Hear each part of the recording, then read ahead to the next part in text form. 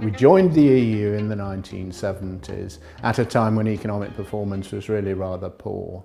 I think the evidence is that joining raised the level of income in the UK by of the order of 8 to 10%. It raised trade compared with the alternative of being in EFTA.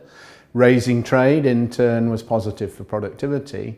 And one particular reason why it was good in the 70s and early 80s was that it raised the degree of competition in the British economy.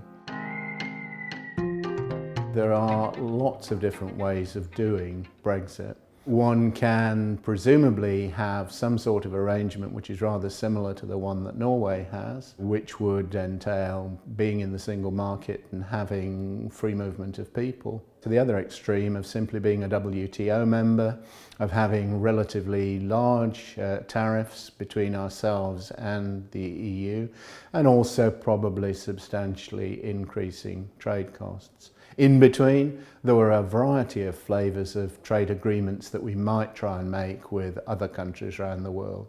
So the different flavours of Brexit probably vary in the extent to which they raise trade costs and lower volumes of trade compared with the counterfactual of staying where we were. Brexit means Brexit.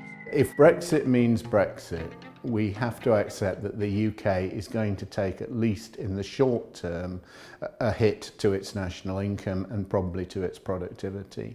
This will come partly through uncertainty, partly through reductions in trade compared with the counterfactual of remaining. In that context, I think it becomes pretty important that the UK develops policies which would, of themselves, promote higher productivity and, in due course, an increase in investment. Those kinds of supply-side policies would surely include better encouragement for innovation, an improved design of the tax system, more government investment in infrastructure and education. There are important things which we could do on a proactive basis, which might in the end compensate to a degree for the loss we otherwise experience. If we think about why we haven't done that, it's because it's politically difficult. But where do the difficulties occur, where do they arise? They've arisen in Westminster, not in Brussels. It seems likely that the UK can only be a full participant in the single market if it accepts the continuation of free movement of people. That's politically probably pretty difficult given the strong feelings that many voters have, which are anti-migration. But a sensible government would try and assuage some of those feelings without reducing the degree of free movement of people significantly.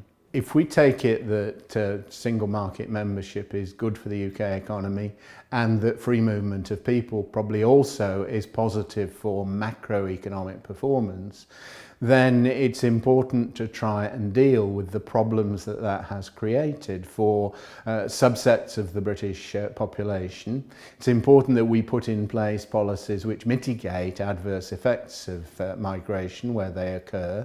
That clearly involves action in the housing market. It clearly involves action with regard to improving local public services in areas where migration is high.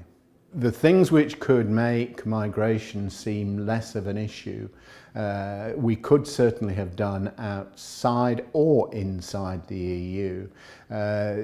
Politicians have been very slow to react, and now we're paying the price. The piece of advice I would offer UK negotiators is that it is pretty important to try to hold on to a high volume of trade and to prevent trade costs rising unnecessarily.